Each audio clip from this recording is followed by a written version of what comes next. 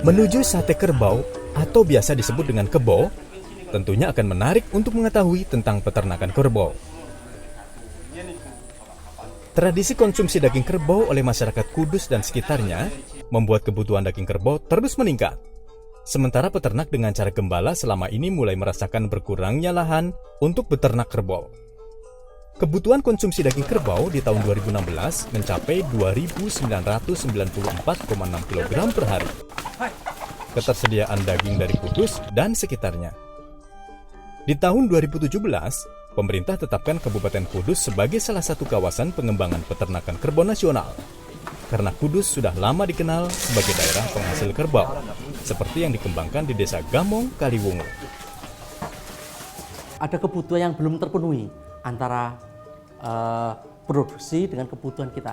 Tadi kami sampaikan bahwa kebutuhan kita sekitar 4.100, tapi produksi kita baru sekitar 2.700, sehingga ada kekurangan di situ.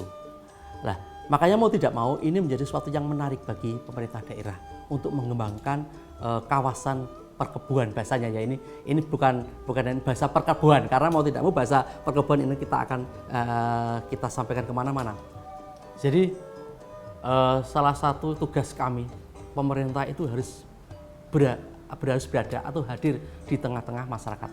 Tugas utama pemerintah daerah Kabupaten Kudus. Peluang untuk pengembangan kerbau ini juga luar biasa. Jadi ya, selain memang kawasan sudah kita buka, maka pembinaan terhadap kelompok-kelompok di peternakan ini kita intensifkan. Karena mau tidak mau para petani ini perlu pegangan. Kalau selama ini mereka merasa sendiri-sendiri, maka pemerintah berkewajiban hadir di tengah-tengah mereka dalam rangka untuk menggandeng mereka, untuk membutuhkan motivasi kepada mereka. Bagaimana melakukan peternakan yang kerbau yang benar dan baik. Memang ada suatu bahasanya adalah mitos, ya, ada mitos bahwa ayo kita kewajiban kita untuk kerbau. Tetapi mau tidak mau pemerintah juga harus mendorong, selain mitos yang ada di tengah masyarakat, pemerintah harus bisa mendorong bagaimana menambah populasi kerbau di Kabupaten Kudus. Tentunya pemerintah tidak hanya berbicara pembinaan, tapi segala sarana prasarana pemerintah memiliki kewajiban untuk menyediakan. Ya, karena lagi bahwa tugas atau tanggung jawab pemerintah harus berada di tengah-tengah masyarakat, sehingga pada saatnya nanti ada suatu permasalahan bisa diselesaikan di awal mungkin, sehingga tidak terjadi gejolak di akhir kegiatan.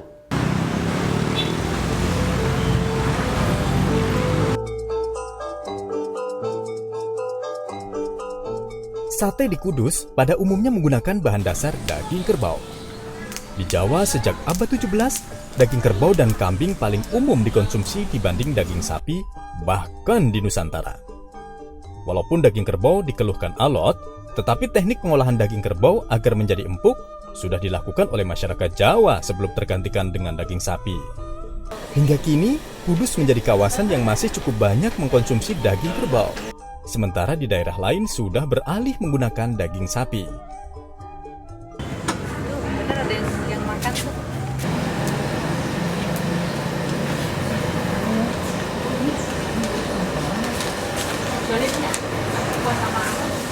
Budaya kuliner sebagai salah satu unsur dalam budaya ini perlu dikaji secara saksama, bahwa nilai-nilai historis yang ada pada sejak masa Sunan Kudus hingga sekarang ini sangat penting dimaknai dalam kehidupan masyarakat di Jawa pada khususnya, di Kudus pada khususnya, dan di Jawa pada umumnya, dan juga Indonesia pada umumnya, sebagai bentuk bagaimana merefleksikan budaya kuliner, dalam hal ini sate kerbau gitu ya, yang punya nilai historis tersendiri gitu ya, sebagai wujud toleransi dan keharmonisan hidup beragama di tanah Jawa. Secara kekinian kita bisa merefleksikan bahwa apa alasan kerbau perlu dilestarikan sebagai identitas kuliner masyarakat Kudus, terkait dengan nilai-nilai filosofi dan budaya dan juga sejarah yang dikandung di baliknya.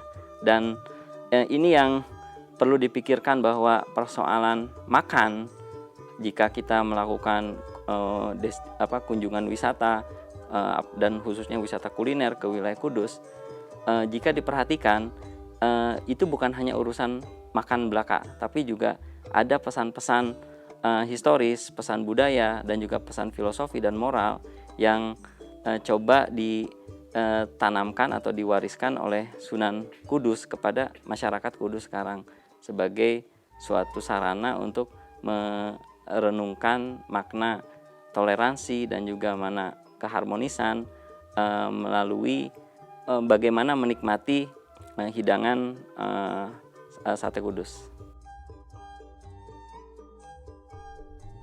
Menuju salah satu rumah makan yang khusus menyediakan menu sate kebo untuk menikmati sate kebo khas Kudus. Sate dengan bahan dasar daging kerbau ini menjadi salah satu kuliner khas Kudus. Yang membuat sate kerbau Kudus ini berbeda bukan hanya pada penggunaan daging kerbaunya saja, tetapi juga cara mengolahnya. Daging kerbau diolah oleh masyarakat Kudus yang ahli menjadikan daging kerbau menjadi santapan yang empuk dan lezat.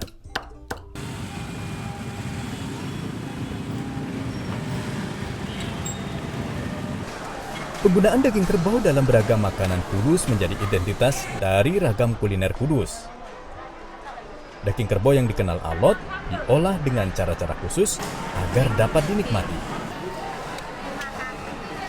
Bagian dari daging kerbau yang digunakan, khususnya untuk dibuat sate, diambil dari bagian leher bawah dan punggung bawah, karena bagian tersebut lebih empuk jika dibandingkan dengan bagian lainnya.